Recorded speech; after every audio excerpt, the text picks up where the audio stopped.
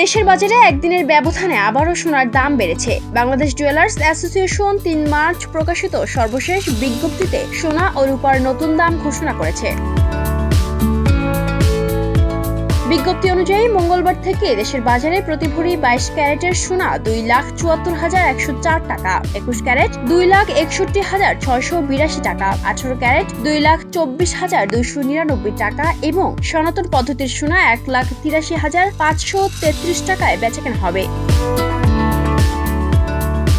এর আগে ২৮ ফেব্রুয়ারি রাতে বাজুস সোনার দাম সমন্বয় করেছিল। তখন ২২ ক্যারেটের সোনার প্রতি ভরি ২,৬৮,৬৮০ টাকা নির্ধারণ করা হয়েছিল। চলতি বছরে এখন পর্যন্ত সোনার দাম দেশে মোট ৩৫ বার সমন্বয় করা হয়েছে, যেখানে দাম ২৩ বার বাড়ানো হয়েছে এবং ১২ বার কমানো হয়েছে।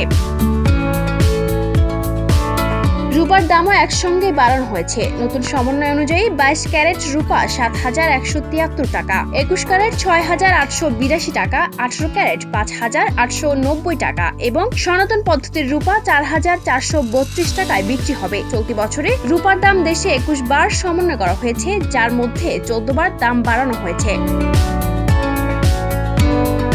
বাজুস বিজ্ঞপ্তিতে আরও জানিয়েছে, সোনার বিক্রয় মূল্যের সঙ্গে অবশ্যই সরকার নির্ধারিত ৫% ভ্যাট এবং বাজুস নির্ধারিত ন্যূনতম ৬% মজুরি যুক্ত করতে হবে। তবে গহনার ডিজাইন ও মানভেদে মজুরির তারতম্য হতে পারে। Desk report, campus Times.